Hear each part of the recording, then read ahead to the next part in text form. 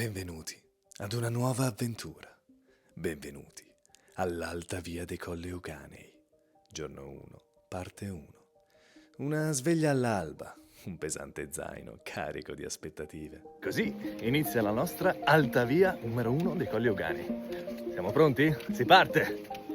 Comincia con questo spirito e con un bel meteo la mia nuova avventura zaino in spalla, partendo da Teolo, in compagnia di un nuovo gruppo di camminatori, tutti carichi e tutti pronti a conquistare nuove vette.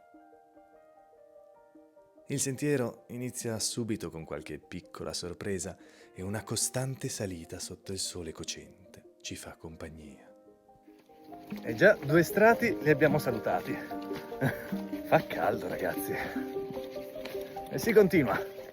Da qui, seguendo le indicazioni, corpo e pensiero si immergono nel bosco, fondendo fatica e avventura senza sosta, lungo interessanti passaggi su irregolari rocce che costantemente sfidano la nostra tenacia.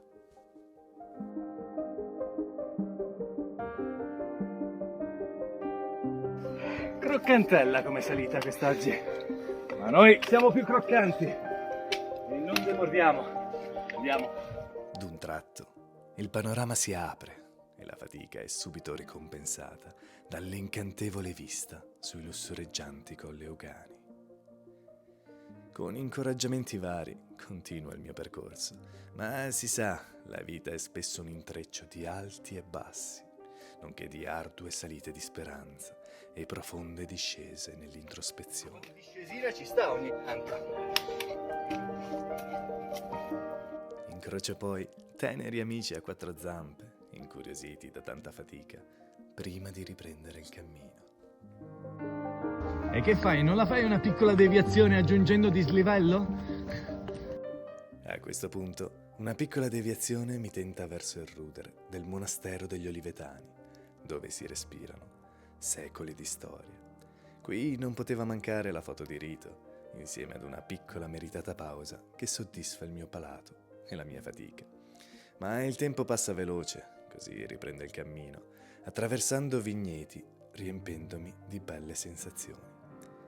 Fino a quando, dopo un'ora, la fame colpisce di nuovo ed un semplice ma gustoso pit stop è d'obbligo.